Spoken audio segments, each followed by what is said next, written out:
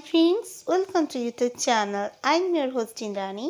Please subscribe my channel and press the bell icon button. Friends, मैं आज आपके लिए बहुत ही अच्छी स्टोरी लेकर आई हूँ। आप सुनोगे, एंजॉय करोगे।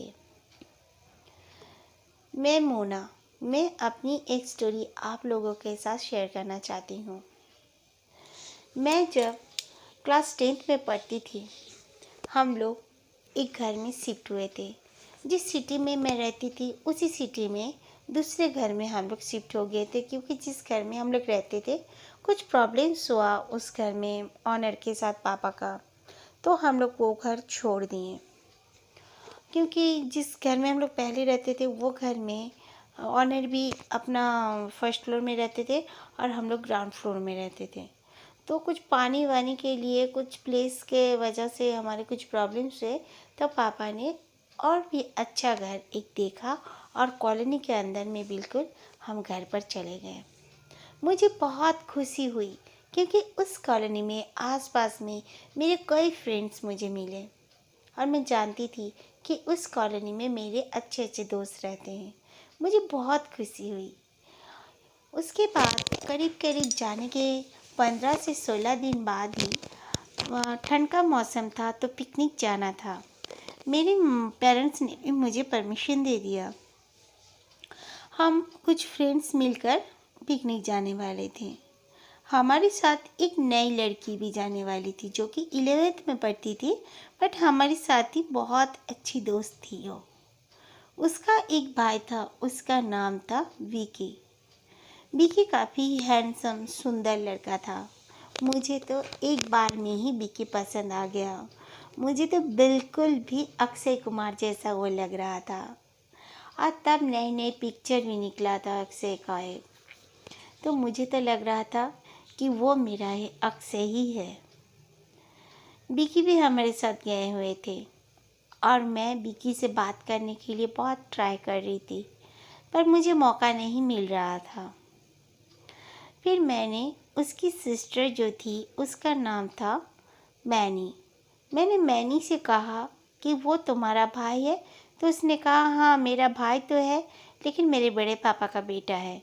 फिर मैं जानी कि उसका अपना भाई नहीं है, वो बड़े पापा का बेटा है और छुट्टियों में उनके घर आया हुआ है। फिर मैंने उससे इंटरेस्ट से कहा कि उससे इंट्रोडक्शन नहीं कराओगी? तो उसने कहा हाँ ज़रूर ज़रूर कराऊंगी।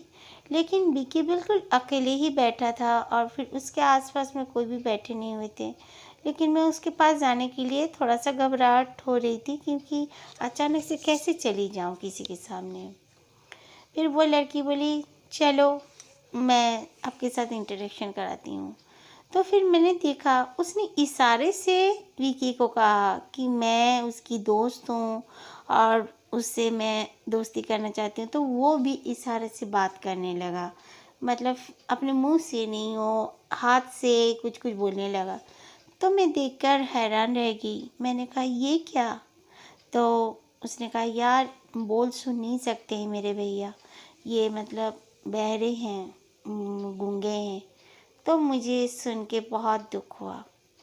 मैं बिल्कुल सुन पड़ गई कि इतना हैंडसम इतना सुंदर लड़का बाइक भी चला रहा है इतना मस्त, लेकिन फिर भी ये इस तरह कैसे गूंगा बहरा लड़का है।